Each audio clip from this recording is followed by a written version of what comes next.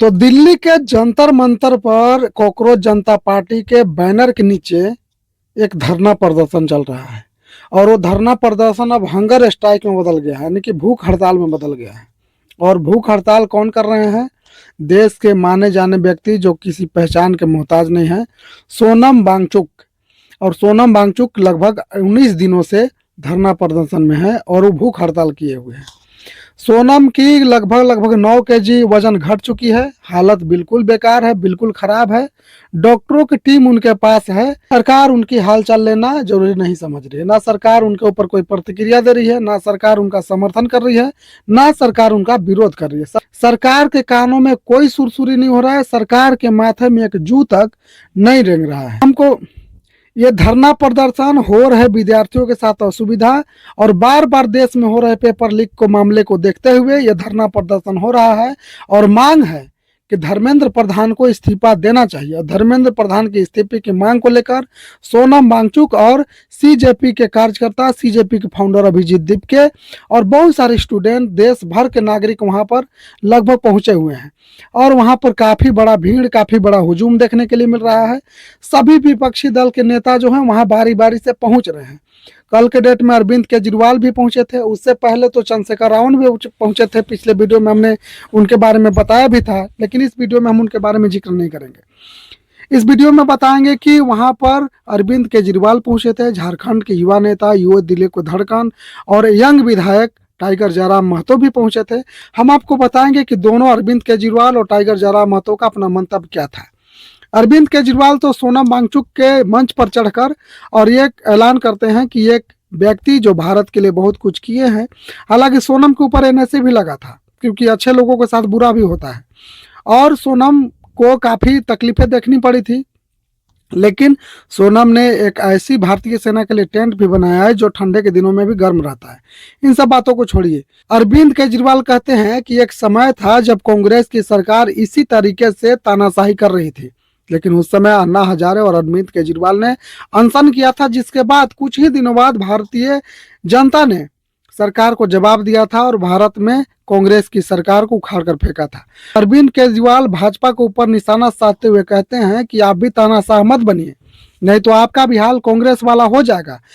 जैसे कांग्रेस को भारत के लोग भारत से बेदखल कर दिए थे सत्ता से, उसी तरीके से आपको भी भारत की जनता सत्ता से बेदखल कर देगी और बच्चों की मांगों और देश की जनता जो मांग करी उस पर अमल कीजिए। लेकिन देश की गवर्नमेंट को इसकी कोई फर्क, कोई परवाह नहीं है।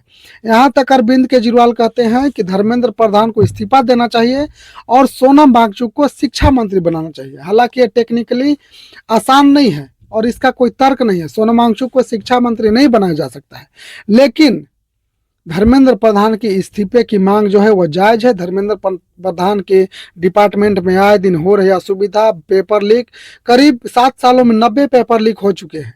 अब वहीं जयराम महतो जब वहां पहुंचते हैं, जयराम महतो से न्यूज पिंच वाले पूछते हैं तो जयराम महतो का बाइट होता है। जयराम महतो बताते हैं कि हम एक युवा हैं और साथ ही एक स्टूडेंट भी हैं, एक विद्यार्थी हैं। भले ही मैं आज विधायक बन चुका हूं, मेरी पार्टी का मैं अकेला विधायक हूं, मैं अभी भी शिक्षा से जुड़ा हूं, अभी भी पढ़ाई कर रहा हूं। आपको मैं बताता चलूं कि जयराम महतो अभी पीएचडी के छात्र हैं और लगातार पढ़ाई अपना जारी रखे हैं। हालांकि कुछ लोग आते हैं, जब इस प्रोफेशन में घुस जाते हैं, विधायक बन जाते हैं, एमएलए बन जाते हैं, एमएलसी बन जाते हैं, तो अपनी पढ़ाई लिखाई को छोड़ देते हैं। लेकिन जयराम महतो ने बिल्कुल भी ऐसा नहीं किया। वो एमएलए बनने के बाद भी अपने पढ़ाई को जारी रखे हैं, अपनी पृष्ठभूमि के लिए, अपनी मातृभाषा के लिए, और अपने जो आवाज उठाते रहते थे उसको अभी भी उठाते हैं। जयराम महतो से यह सवाल पूछा जाता है कि आप अपने झारखंड के बारे में बताइए। जयराम महतो ये कहते हैं कि झारखंड की भी स्थिति बहुत दयनीय है, झारखंड की स्थिति भी ठीक नहीं है। झारखंड में भी आए दिन पेपर लीक होते हैं। आप जेपीएससी को ही देख लीजिए, 3 बार में जेपीएससी को क्लियर किया गया, वो भी सत्र 19, 7, 8, 9 बदल कर किया गया।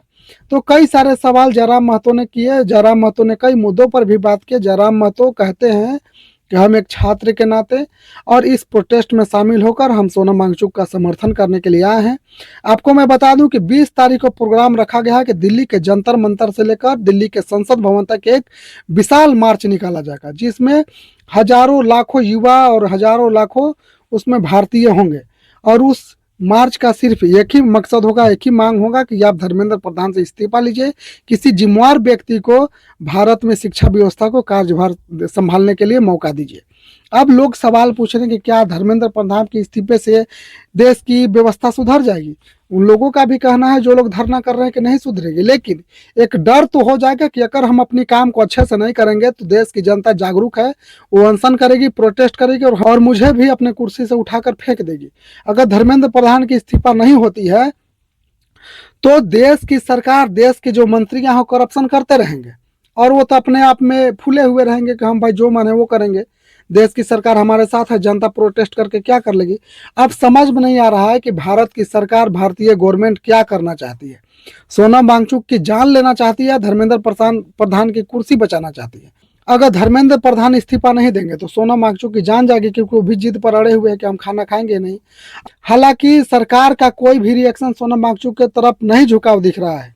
मनोज तिवारी जो दिल्ली से सांसद हैं, भाजपा के नेता हैं, भाजपा के नेता मनोज तिवारी का कहना है, बेतुका बयान देते हैं। वो कहते हैं कि ये लोग आम आदमी पार्टी के सब कार्यकर्ता हैं और ये लोग बिना मतलब का मांग कर रहे हैं और देश की जनता सब जानती है इनको आने वाले समय में जवाब देगी।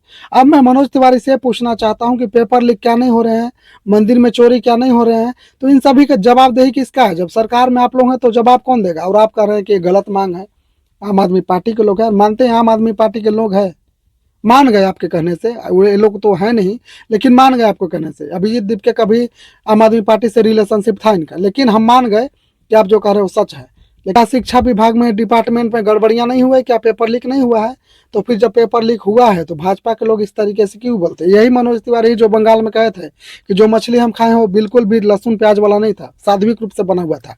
अब मनोज तिवारी के बात पर अगर रहिएगा आप तो खस्सी के मीट को भी ये लोग शाकाहारी बनाकर खा लेंगे। दूसरी बात, अब देश में क्या होने वाला है, क्या सोनम वांगचुक की जान जाएगी या फिर सोनम वांगचुक अनशन तोड़ देंगे या फिर धर्मेंद्र प्रधान की इस्तीफा होगी या फिर सरकार धर्मेंद्र प्रधान की तरफ खड़ी दिखाई देगी। अपना राय कमेंट में जरूर लिखिएगा। आप लोग देख रहे थे द बहस मंच, मैं हूं प्रकाश। देखने के लिए बहुत बहुत धन्यवाद। नमस्कार, देखते रहिए द बहस मंच।